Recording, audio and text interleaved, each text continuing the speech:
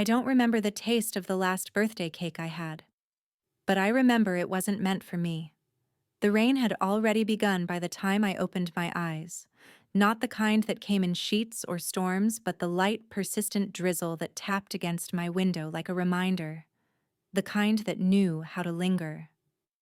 I didn't reach for my phone immediately. I just lay there staring at the ceiling, waiting for the familiar hollow to settle in. And when it did, I exhaled. Another year. Another birthday. I finally sat up, letting the chill of the hardwood floor bite at my feet. November had always brought cold to Cincinnati, but this year, it felt colder. Or maybe I was just tired of pretending it didn't bother me anymore. I padded over to the window, brushing aside the curtain. The street outside looked washed out, gray-wet, and quiet. A perfect match. The phone buzzed once on the nightstand. One text. Emma. Happy birthday, E. Drinks this weekend. Don't say no. I smiled. Emma was new in my life. A coworker turned acquaintance who was slowly chipping away at my walls without realizing it. I texted back a simple, sure, thanks. Then opened my inbox. Empty. Except for one promotional email from a clothing site I hadn't shopped at in 2 years and a system-generated HR notification. Before clicking that, I made the mistake of opening Instagram. Maddie's page loaded instantly. Her last birthday party 2 months ago. A rooftop garden in New York, strings of fairy lights wrapped around steel beams, a live jazz quartet in the background. A guest list longer than our entire graduating class. She was radiant in a gold dress, surrounded by people clinking glasses, laughing like life had never once told them no. The caption read, Chanar Maddie turns 30. A night to remember. 700 likes, 100 comments. Queen energy, someone wrote. I went back further. Maddie's 29th, a vineyard in Napa. 28th of Mexico. 27th of Paris. It was like scrolling through a travel magazine, one curated solely for celebration. Lavish, loud, and loved. My own photos were buried. A grainy selfie from last year with Emma and a cupcake from the corner bakery. Before that, nothing. The gap in the timeline said more than any caption could. I set the phone down. The coffee was already cold when I reached the kitchen. I hadn't brewed it this morning, it was last night's left in the pot, like a forgotten promise. I poured a half cup, added no cream, no sugar. Just bitterness. The fridge offered half a slice of pepperoni pizza. Cold, but familiar. I didn't heat it. Sitting at the small table beside the window, I let the city move around me. Horns, brakes, footsteps while I chewed silently. Every year I told myself it didn't matter. That birthdays were for kids. That I had outgrown the need for candles or cards. But that wasn't the truth. The truth was I had learned not to expect anything because not expecting meant not being disappointed. And not being disappointed meant surviving. At 19, I learned that lesson the hard way. It was supposed to be a small dinner, just the 5 of us. I had chosen a little Italian place downtown. Nothing fancy. I even made a reservation. I waited for 20 minutes before checking my phone. So sorry, honey. Maddie just got engaged. We're heading to celebrate. Can we reschedule? Mom. They never did. That night, I walked home in heels that blistered past couples laughing under string lights and ate microwave lasagna alone in the dark. I didn't cry. I told myself it was fine, that Maddie's joy was more important, that maybe they just forgot. Just once. Then they forgot again. And again. And again. I stopped reminding them after the 3rd time. By the 5th, I started buying myself books instead of cake. Now at 29, it was just pizza, bitter coffee, and rain. I opened my laptop out of habit. The glow of the screen felt harsh against the gray light of the room. Emails loaded slowly. One stood out. Subject: Your year-end bonus has been processed. I clicked. Amount: $132,000. I blinked. Read it again. The figure didn't change. There was no message, no note from my manager. No warning, just the raw numbers. I scanned the breakdown: standard salary, performance incentives, retention reward. I laughed quietly at first, then louder than I meant to. It wasn't joy. It wasn't shock. It was the absurdity of it all. While they forgot I had built something. While they toasted to Maddie's milestones, I had stayed up late fixing back-end bugs, rewriting contracts, saving accounts. While they posted filtered pictures, I had quietly made myself indispensable. They just never looked. I closed the laptop slowly. The rain hadn't stopped, but I wasn't listening to it anymore. I stood by the window, one hand resting on the sill, watching as the droplets slid down the glass like thoughts I didn't say out loud. Let's give them something to remember. I wasn't waiting for a gift. I was the gift. And they never opened it. The air changed the moment I crossed state lines. Cincinnati's gray rain faded into something lighter as the miles disappeared beneath the tires of my rented sedan. It wasn't sunny, not exactly, but there was a different kind of light up here. A thinner atmosphere, the kind that made your lungs feel a little more honest with each breath. I had only ever visited the Adirondacks once as a child, but the memory clung to me like pine sap, thick, fragrant, impossible to wash off. By the time I turned off the main road and onto the winding gravel drive, the sky had brightened into a pale silver. It wasn't blue, but it was trying. Trees flanked the road like sentries, tall and aging, their bare autumn limbs stretched toward each other overhead in reverent silence. I rolled down the window halfway. The air smelled of wet earthwood smoke and the faint echo of something old, something that remembered. Daniel was already there, leaning against the hood of his SUV, holding a thermos in gloved hands. He waved when he saw me, then glanced at his watch, not out of impatience but habit. "Elena Moore?" he asked with the kind of measured politeness real estate agents practiced in mirrors. "Glad you made it up before sunset. The lake looks best in this light." "It's Elena," I replied, stepping out of the car. "No one calls me Ms. Moore." He smiled and gestured toward the house behind him. "You ready for a little nostalgia?" I didn't answer. I was already walking toward the porch. The lake house wasn't grand, not in the way Maddie's parties were grand, but it had the kind of presence that didn't need to shout. 2 stories. White siding faded to ivory. Shutters with peeling navy paint. A porch swing that creaked slightly in the wind. The lake stretched behind it, still and reflective, framed by low hills that had long surrendered their autumn leaves. "This place has been on and off the market for years," Daniel said, as he unlocked the front door.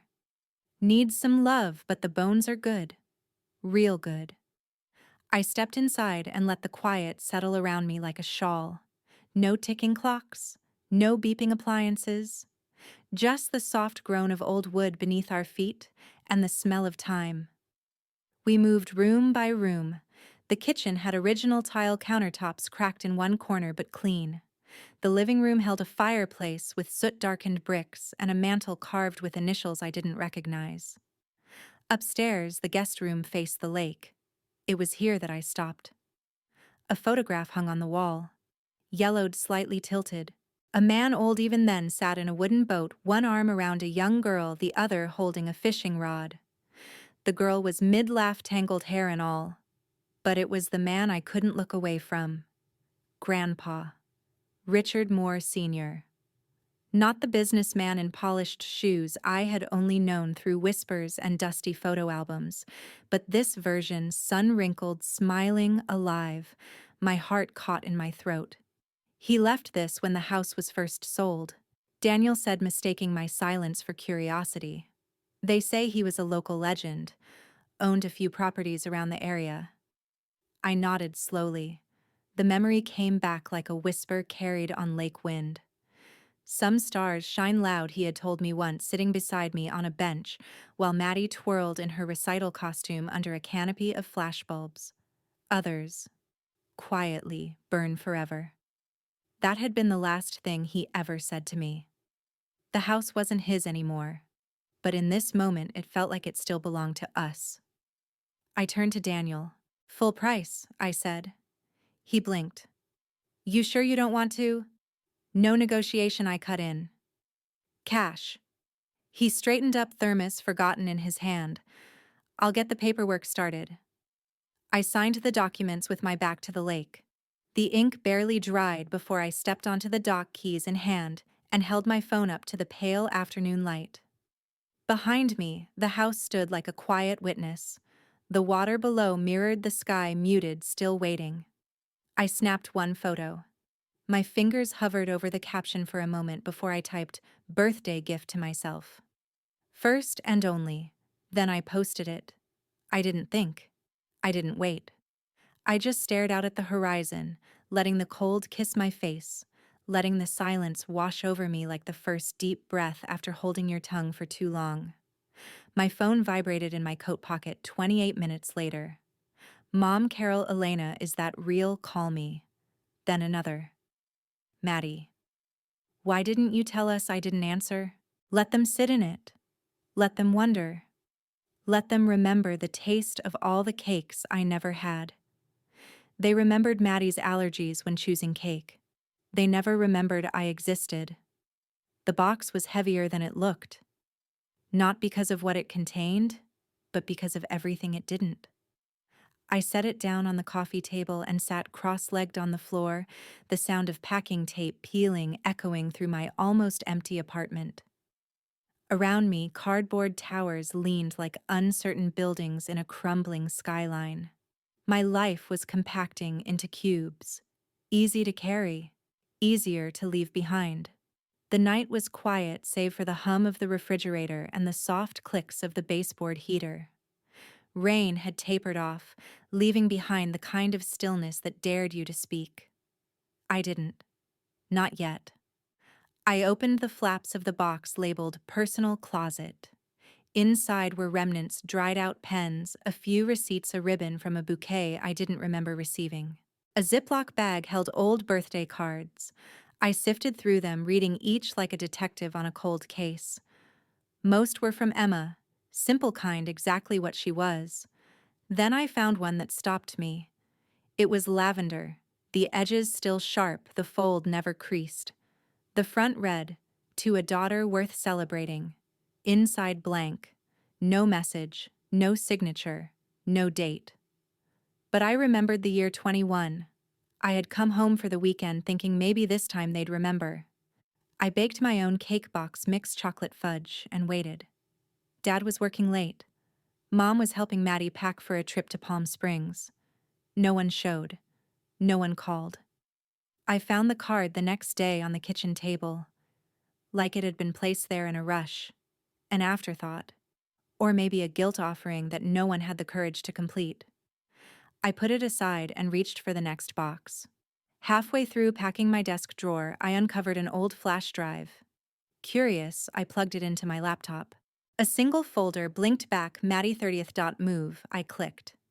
The video opened with orchestral music and gold graphics. Maddie's face filled the screen, glowing, laughing, sipping champagne on a rooftop. The guests clapped as Dad gave a toast quoting Shakespeare. Mom cried. Friends lined up to tell funny stories. There were candles, confetti, custom cocktails, the kind of celebration that required spreadsheets. I watched it all from start to finish. 10 minutes and 32 seconds of curated affection. Then I closed the laptop. I walked into the kitchen, opened the fridge, and pulled out a single slice of cake I'd bought earlier that afternoon. Vanilla with too much frosting. The kind Maddie hated. The kind I'd never had at my own parties because it wasn't everyone's favorite. I stuck one candle into the center and lit it. No singing, no applause. Just flame flickering against the silence. I sat there, fork in hand, watching wax drip into icing. The flame leaned left, then right, danced a little, grew tired. I pulled out my phone and hit record. For 10 seconds I filmed the candle. A silent vigil for the birthdays I never got, the songs never sung, the wishes never granted. My face didn't appear, only the flame, the cake, and the shadows on the wall. Then I stopped the video. I stared at it for a moment. Then deleted it. Not because it didn't matter, but because I didn't need proof anymore. I had lived it. That was enough. I stood, blew out the candle, and rinsed the plate. When I turned to grab another box, my phone buzzed on the table. I glanced at the screen. 5 missed calls. Dad, I froze. Then a group text popped up. Richard Moore. Let's talk. You can't isolate yourself like this. I stared at the words. The irony twisted like smoke in my chest. Isolate myself. They had built the island. I had just learned to live on it. I didn't reply. Let them wonder. When you stop looking back, the road ahead finally looks like yours. The highway curved like a question mark through upstate New York, each mile peeling me further away from the noise I no longer needed. I didn't pack much, just what fit in the trunk and the back seat. A few boxes, some books, a coat, too heavy for Cincinnati but perfect for these woods. The rest of my life had either been sold, donated, or deleted. There were no rear-view mirrors in the car. Technically, yes, they were there. But I refused to look into them. What would I see? A family that only remembered me in emergencies. A sister whose shadow I used to live in like it was a second skin. A woman who had spent nearly 3 decades waiting to be noticed. Not anymore. I had the lake house keys in my coat pocket and silence on the radio. No playlists, no podcasts, just wind tires and the occasional ache of an old memory stretching its legs. I pulled off the highway around noon, hunger tugging at the edges of my resolve. A hand-painted sign pointed toward a roadside coffee shop called Bean and Timber. The building was small, cedar-paneled with fogged windows and a crooked bell over the door. I stepped inside and was instantly greeted by the scent of espresso vanilla and pine wood. Welcome in, the barista looked up from the counter, blinked and tilted his head. Wait. Elena. I froze for half a beat before recognition landed. Tyler Finch. He was thinner now, his once messy curls tucked under a beanie, but the soft eyes were the same. We'd sat next to each other in AP English. He was quiet but kind, always borrowing pencils, always returning them sharpened. Tyler? I said, almost surprised my voice worked. Wow, it's been years. 10, he replied, sliding a to-go cup to another customer. At least. I thought you left the state. I did, but I'm back. I hesitated, moving into a place by the lake. His eyebrows rose. Wait, that lake house? The one with the wraparound porch? I nodded. That place has history, he said, reaching for a cup. What can I get you? Just coffee. Black. He poured without asking size. Still remember when Maddie threw glitter in your locker? I blinked. That memory had dust on it. She said it was a birthday surprise, but you spent the whole day picking glitter out of your homework. I chuckled, though there was no humor in it. She always did love a show. Tyler handed me the cup. You didn't deserve any of that. You were always solid. Quiet, but solid. I met his eyes. There was no pity in them. Just memory. I work part-time at the historical archive in town now, he added. We've got some files on the original owners of that house, Moore family, right? I nodded slowly. Yeah. My grandfather. Then you're part of the history. The words followed me out the door like an echo. Back on the road, the trees grew denser. The sky hung low, casting a silver glaze over the hills. By the time I reached the gravel driveway, the sun had begun its slow descent behind the ridge, scattering gold across the lake's surface. I parked, turned off the engine, and let the silence find me again. The house stood just as I remembered it, stubborn, weathered, and waiting. Inside, dust motes danced through shafts of sunlight. My boots creaked against the floorboards as I stepped through the threshold. No alarms, no chimes, just the smell of old wood and time. I walked through each room, slowly letting the memories return on their own terms. In the living room, the fireplace caught a beam of light that made the stone shimmer like it had something to say. Upstairs, the guest room held the same worn photo of Grandpa and the girl in the boat. But it was the kitchen that stopped me. There on the counter sat a box I hadn't packed. Brown cardboard sealed with a single strip of masking tape. My initials were scrawled across the top in fading black marker. To EM, I stared at it for a long time before opening it. Inside was a fishing hat sun-bleached and soft with age. Tucked beneath it was a folded piece of paper. Grandpa's handwriting curled across the page like smoke. For my quiet star. Shine however you need to. Grandpa R. I ran my fingers across the ink. It had bled slightly into the page as if the words themselves couldn't bear to be held in place. I didn't cry, but my throat thickened with something close. He hadn't forgotten me, even when the others did, even when I had. A soft knock startled me. I turned toward the front door, heart suddenly alert. When I opened it, no one stood there. Just a bouquet. Lilies freesia and a single white rose. No card. No name. Just water droplets clinging to petals like secrets. I picked it up carefully, stepped back inside and closed the door. Someone knew I was here. People don't get loud until your silence threatens them. The fire cracked like it had something to say, throwing golden shadows across the floor of the lake house.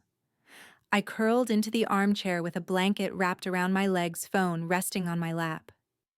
Outside, the trees swayed gently in the wind, their branches whispering secrets to the dark. Inside it was quiet. Still. Mine. The group chat started buzzing just after 8. I hadn't muted it, maybe part of me was curious, or maybe I just wanted to watch them scramble. After years of one-sided messages of birthday texts sent 2 days late of invitations accidentally left out, suddenly the chat was alive. Maddie. So you really bought the lake house, Carol, Mom. We thought you were just visiting. That's a family property, Elena. Richard, Dad. Let's talk. You've always been a part of this family. We need to clear the air. Aunt Linda. You could have said something. We're all a little shocked, sweetie. Maddie again. Not to be rude, but buying it without telling anyone, that feels sneaky. Carol family means sharing. That house is big. It should be ours. Ours. I let the word hang there, suspended in irony. I didn't type a thing. Didn't even react with a thumbs up, or the little haha emoji Maddie loved using when she was playing innocent. I just scrolled. Watching their panic unfold was like seeing cracks in a painting you'd stared at for years, suddenly obvious, irreparable. Instead of responding, I opened my saved voicemails folder. 10 recordings, all from past birthdays. 1 per year like clockwork. But none of them started with happy birthday. Most began with excuses. Sorry, the day got away from us. We thought you were out with friends. Oh wait, is today the 11th? I played the most recent one. It was Maddie's voice, breathy and distracted. Hey? Sorry, meant to call you last night. Things got crazy at the gallery. Hope you had a good day though. Love ya. Click. No background music, no party sounds, just silence stretching between syllables. I closed the folder. My phone buzzed again. A different thread. Tyler. Hey, thought you might want this. We found an old photo in the archive today. Pretty sure it's you and your grandfather. Want me to send it? Me, yes. A moment later, the image loaded. It was grainy, slightly sun-faded. I was maybe 7 knees scraped, ponytail crooked, holding Grandpa's hand as we stood on the very same dock that now sat behind this house. He wasn't looking at the camera. He was looking at me like I was the most important part of the photograph. There was writing on the back. I tilted the phone and zoomed in. Property to Elena Moore, to be delivered when they forget her. My heart stilled. Delivered when they forget her. It wasn't just sentiment, it was instruction. A legacy with teeth. I stared at it for a long time before setting the phone down gently beside me. The fire crackled louder. Wind pressed against the windows. Outside the woods were dark, but not empty. Then came the chime. The doorbell. Not a knock too polite for Maddie.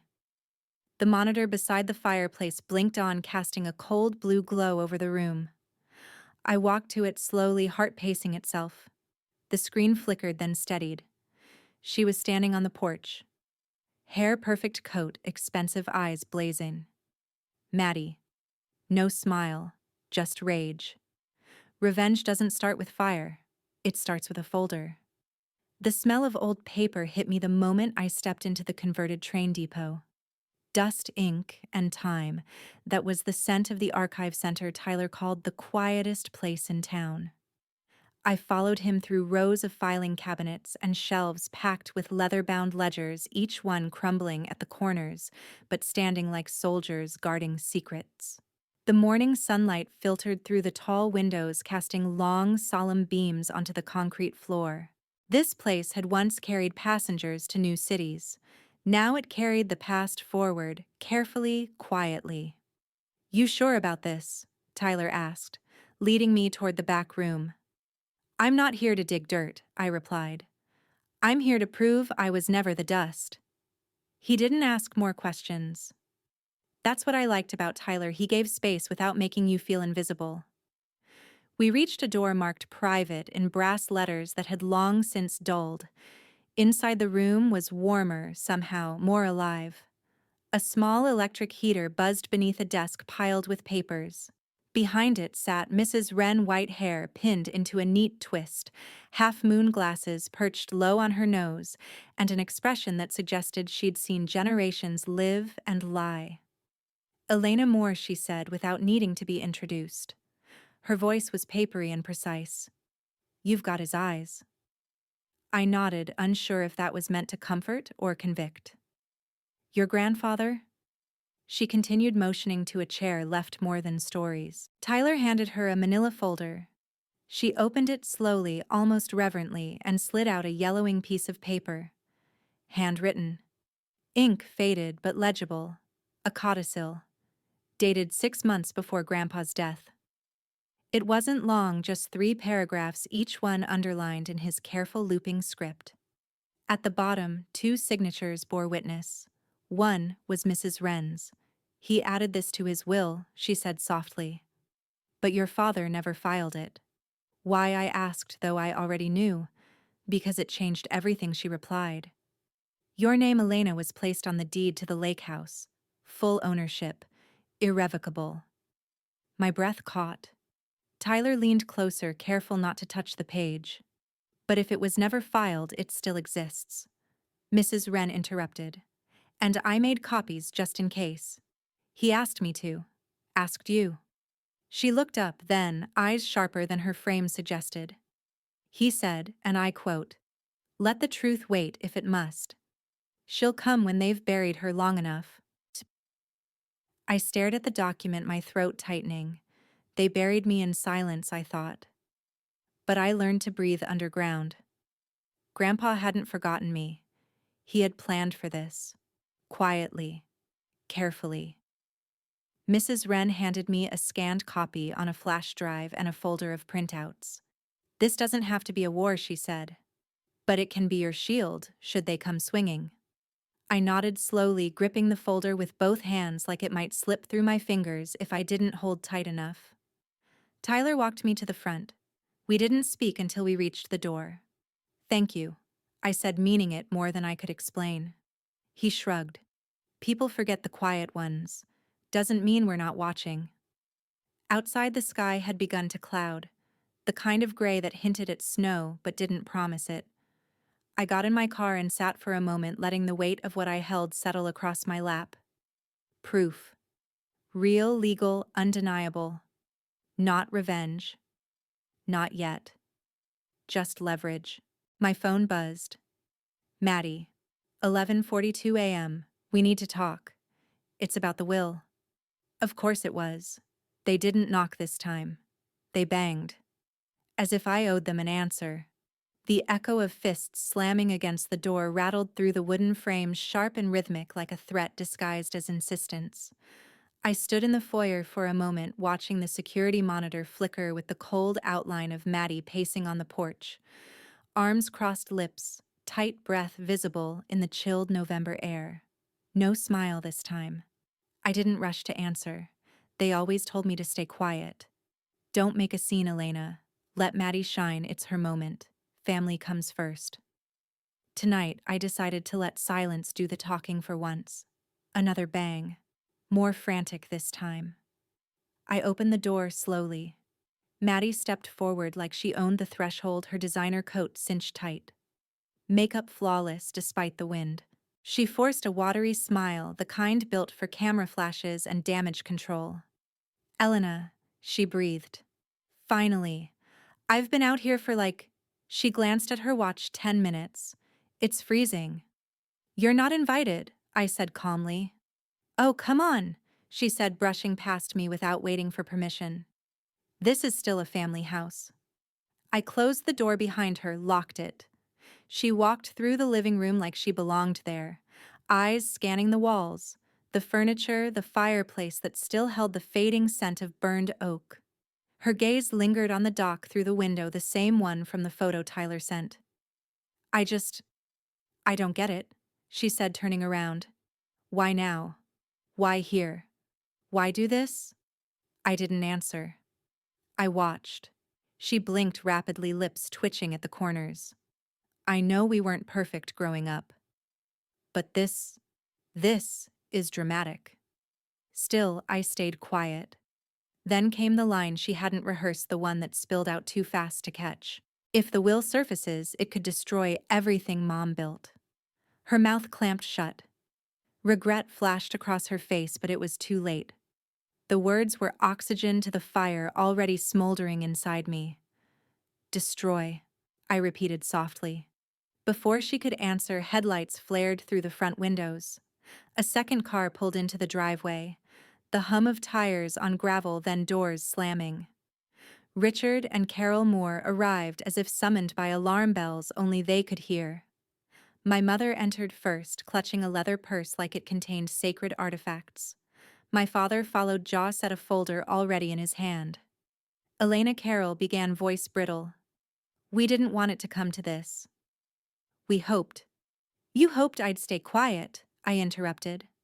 Richard stepped forward, holding out the folder.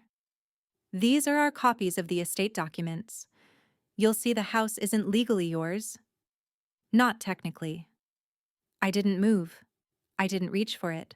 Instead, I walked to the kitchen counter and retrieved the folder Mrs. Wren had given me, worn but intact, sealed with the truth they had tried to bury. I opened it carefully, pulling out the codicil. The ink was old, but clear. Grandpa's signature curled across the bottom with a confidence they hadn't expected. I held it up, not toward them, but toward the light. No words. Carol paled.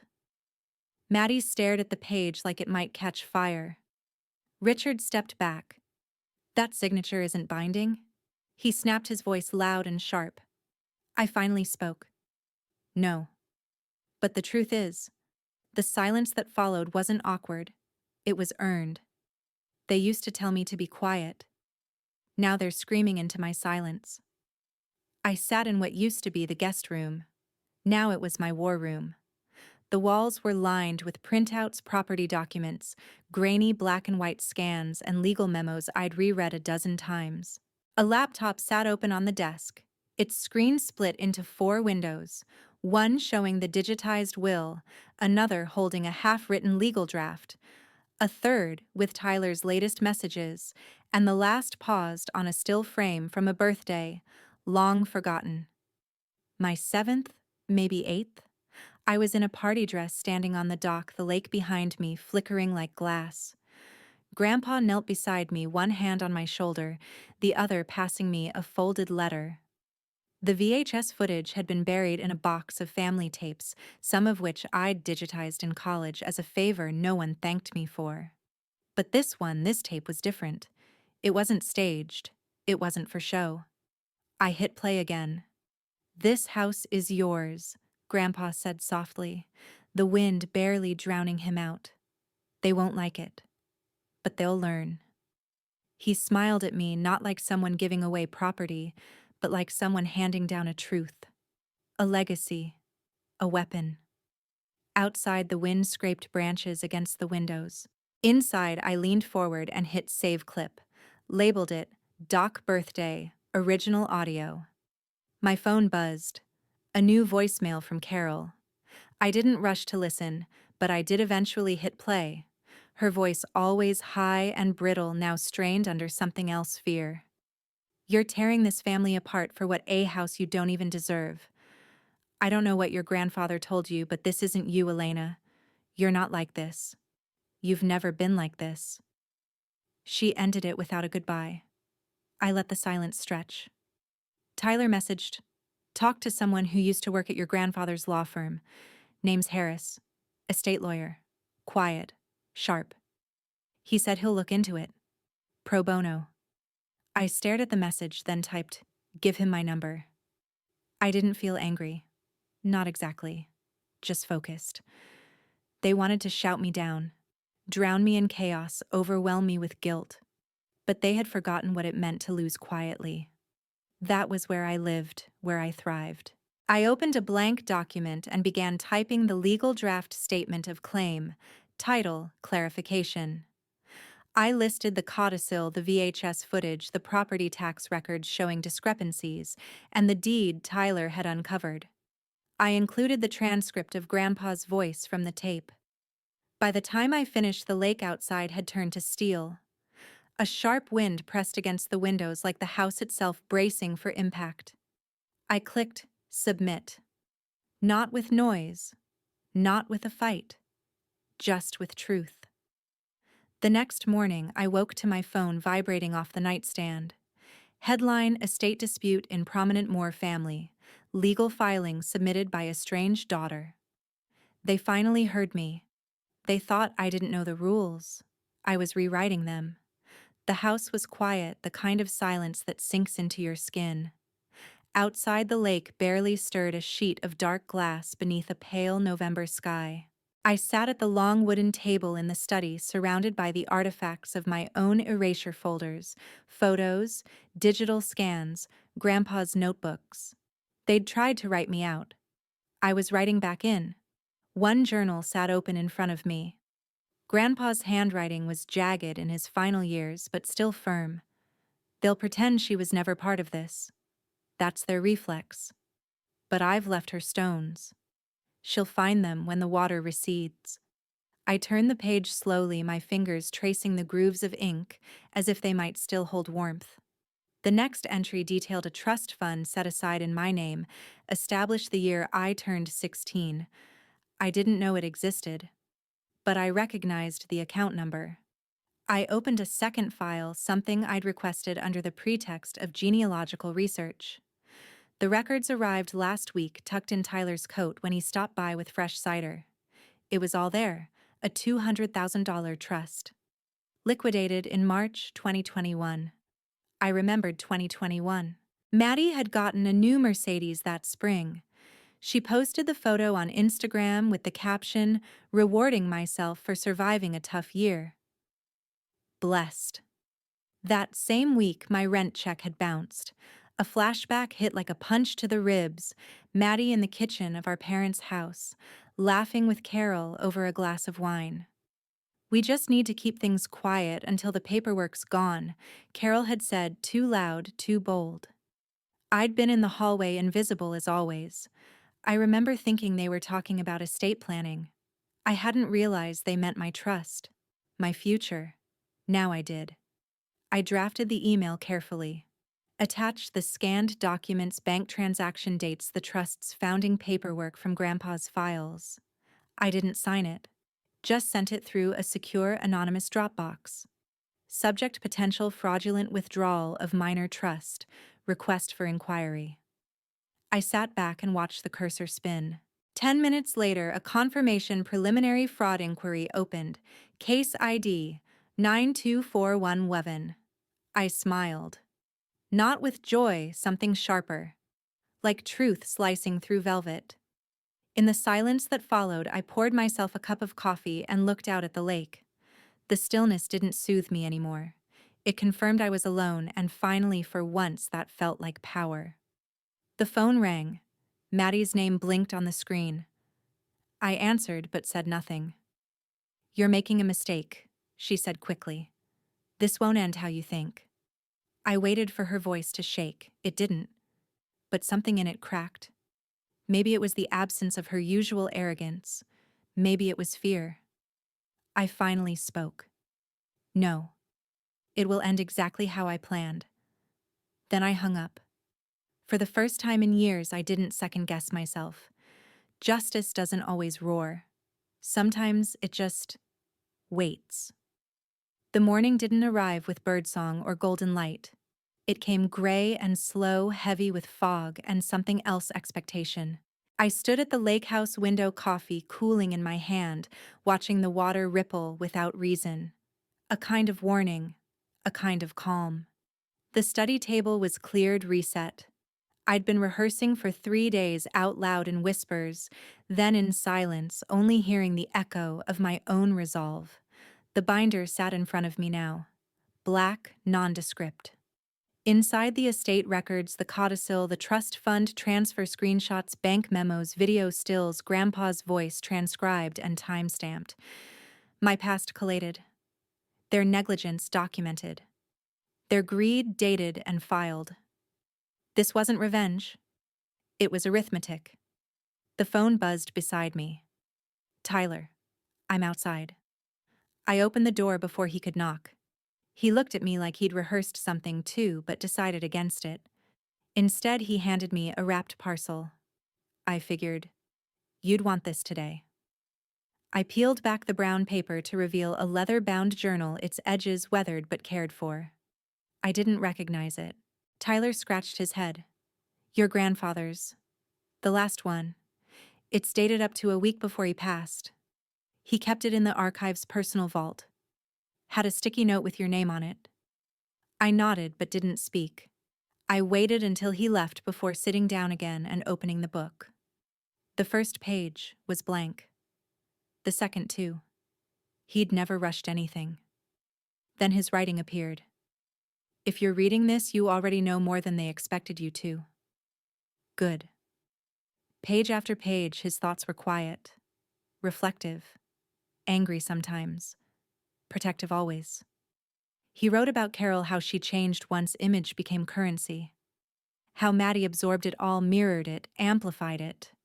He feared for me, he said, but not because I was weak. Because I'd grown used to being silent. And silence, he warned, eats away at truth if you let it sit too long. Then, near the end, written in a shaky but unmistakable hand, "If they make her fight for what is hers, then they've already lost." I read that sentence twice, then again. My hand went still on the page. Outside, the lake was still again, smooth as a lie. The phone rang this time, the lawyer. Her voice was clipped direct. "They've agreed to arbitration. It's happening Friday. Be ready." I didn't hesitate. I've been ready for 10 years. I closed the journal, laid it on top of the binder, and turned off the lights. The quiet didn't feel empty anymore. It felt earned. They walked into that room expecting me to fold. I walked in knowing it was already over.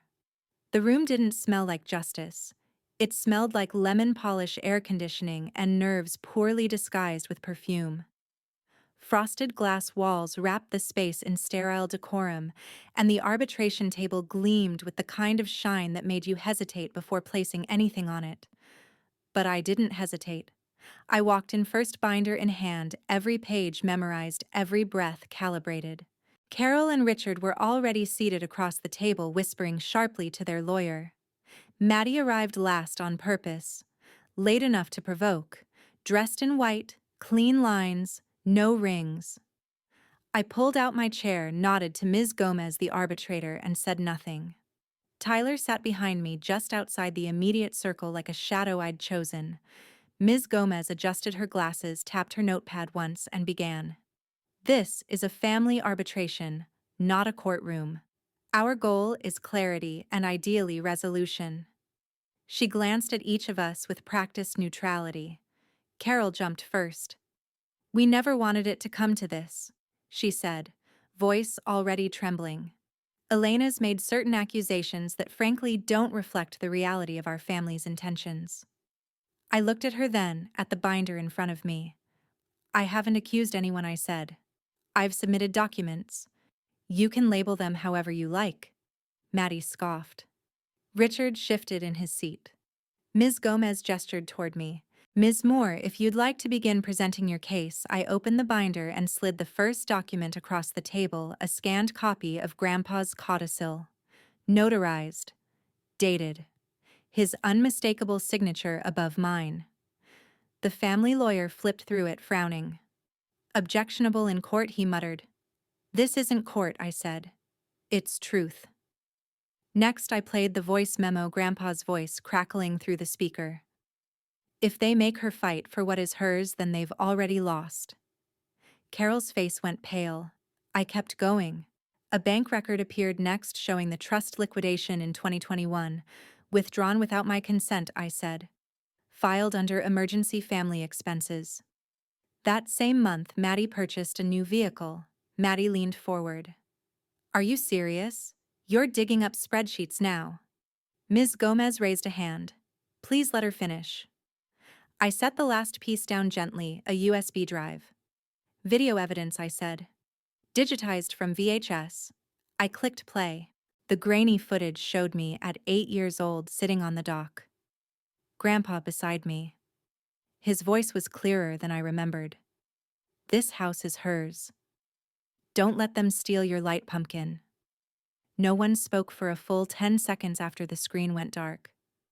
Then Carol whispered, "He was old. Probably confused." I turned my head slowly toward her. "He signed a legal codicil. Left a voice memo. Filed a deed in my name. Hid a journal. Transferred ownership in every way but one because he knew you'd try to erase me." The silence cracked. Panic bloomed on Maddie's face. Richard reached for a folder of his own, but it stayed closed. His hands shook. Ms. Gomez scribbled notes. "This is substantial," she said. "It appears there is ample cause to revisit the estate division." That's when Maddie stood up so fast her chair screeched against the floor. "You don't know the full story." I met her eyes unflinching. "Then by all means, tell us." They didn't expect me to speak. They expected me to cry. But I came with fire in my voice. The air in the arbitration room had shifted. Yesterday, it was polished civility and careful phrasing. Today, it smelled of exposed nerves and unspoken truths. The same glass walls now felt like a stage. Everyone could see. Everyone could hear. And I wasn't whispering anymore. Maddie hadn't sat back down since her outburst. Carol's hands trembled over a half-empty bottle of water. Richard hadn't returned. Only his unopened folder sat on the table like a threat that had lost its voice. Ms. Gomez adjusted her glasses, nodding toward me. "You may proceed." "Ms. Moore." I slid another folder forward, this one slim but sharp-edged. "These are Grandpa's medical records from the 6 months before he passed," I said. "Neurocognitive assessments. All signed off by 3 specialists. No dementia. No cognitive decline.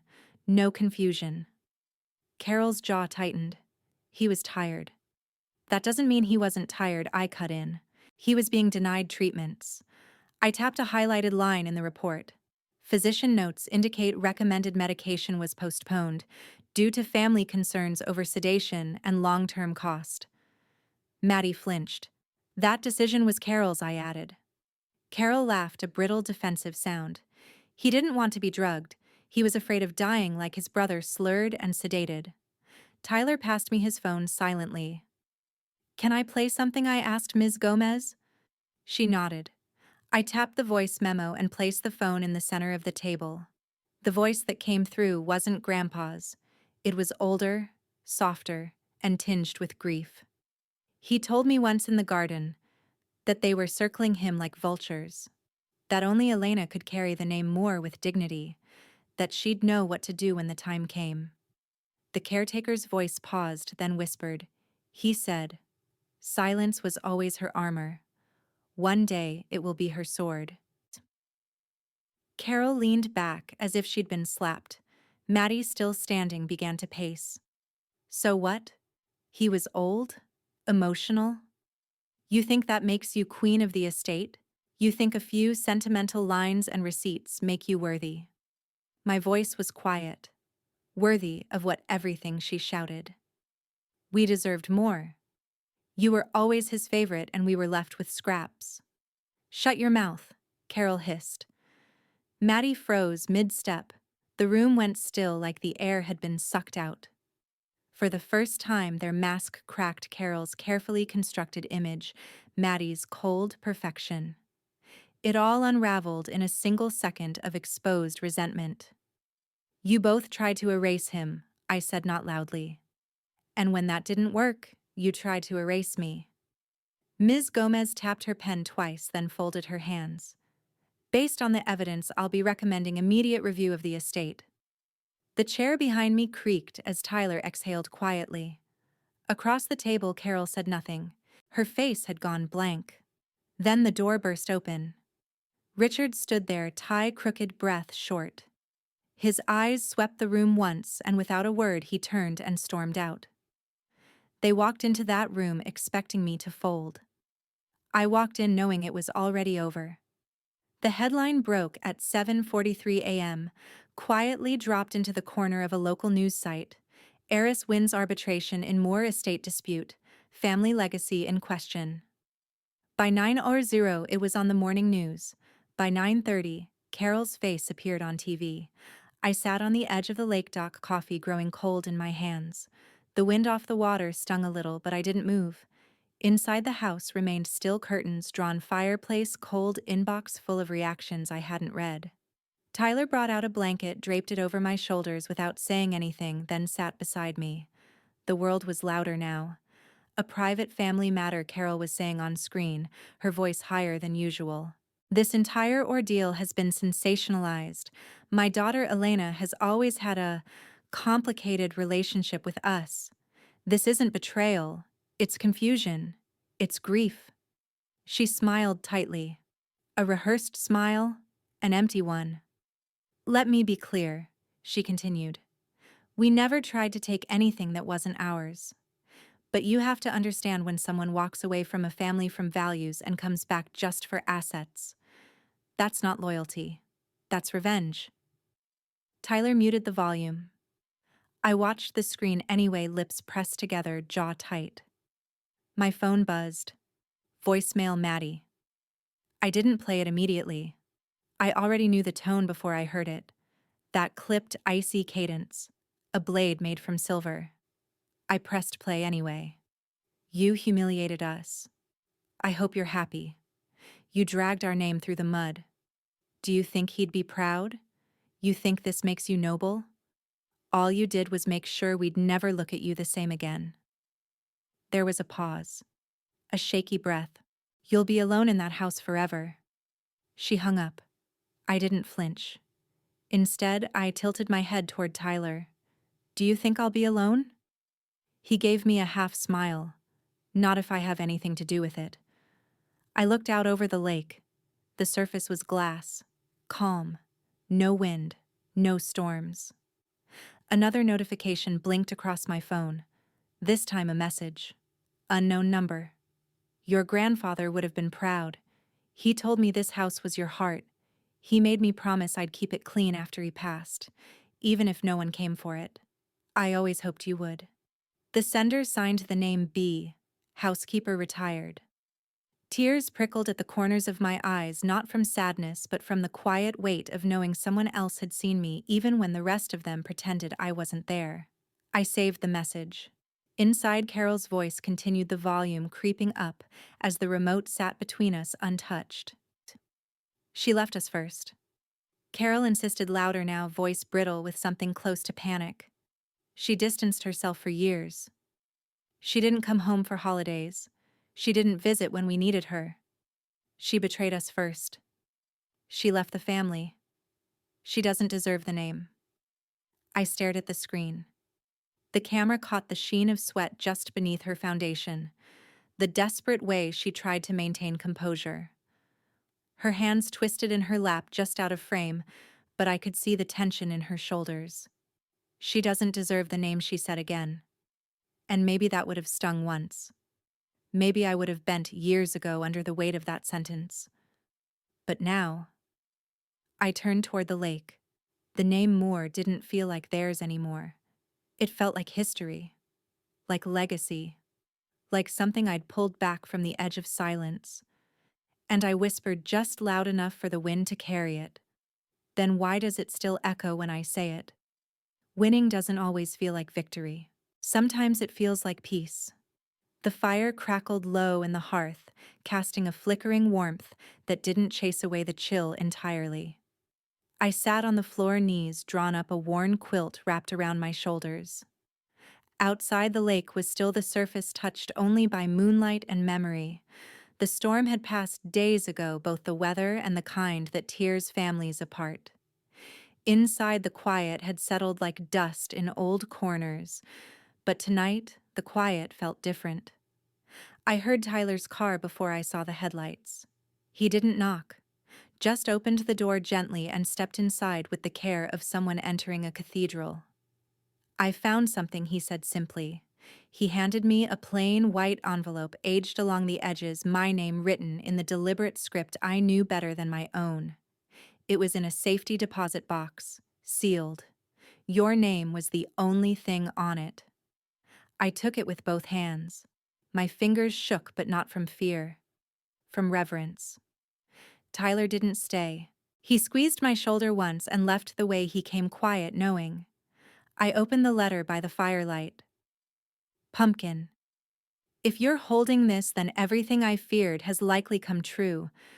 But if I know you, and I do, then you didn't just survive it. You walked through it standing tall. They were louder, but you were always truer. Let the house hold your voice now. Let it echo your laughter. Let it carry your stillness. You were never meant to beg for a place at their table. You were born to build your own. This place was yours from the first time you cast your little fishing line and scolded me for scaring the minnows. You made silence sacred, not shameful. Don't forget that. Live well, little star." Grandpa. The tears didn't fall right away. They arrived slowly, like rain beginning on a still lake. Not loud, not crashing, just there.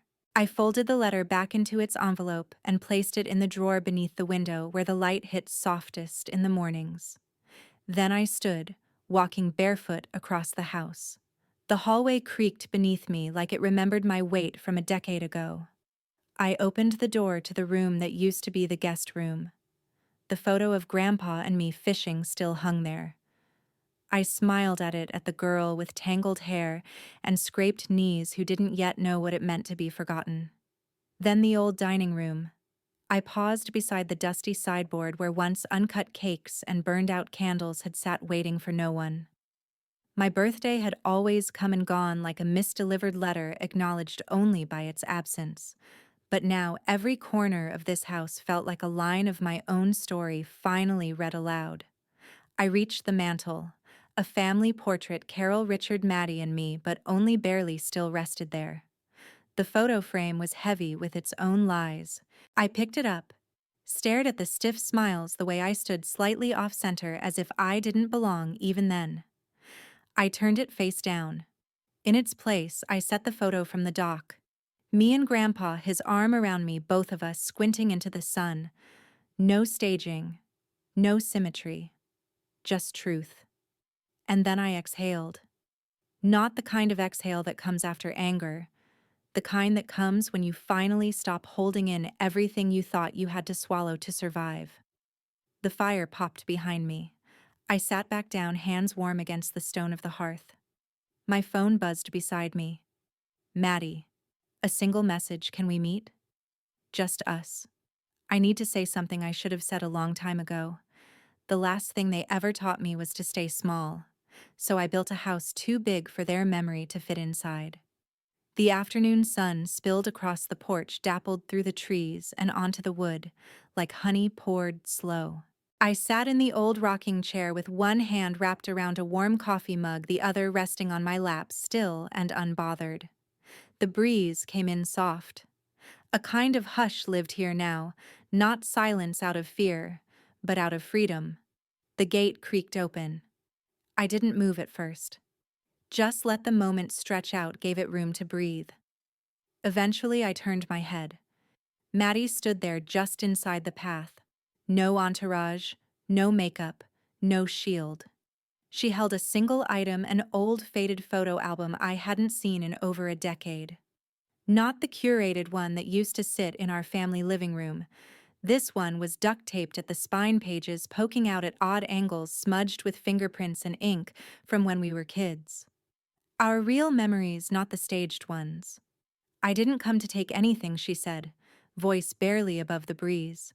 "Just to return what I stole." I didn't answer. Not yet.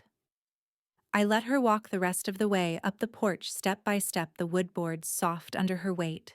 She stopped in front of me, looking smaller than I ever remembered her being. "Can I sit?" she asked. I nodded once.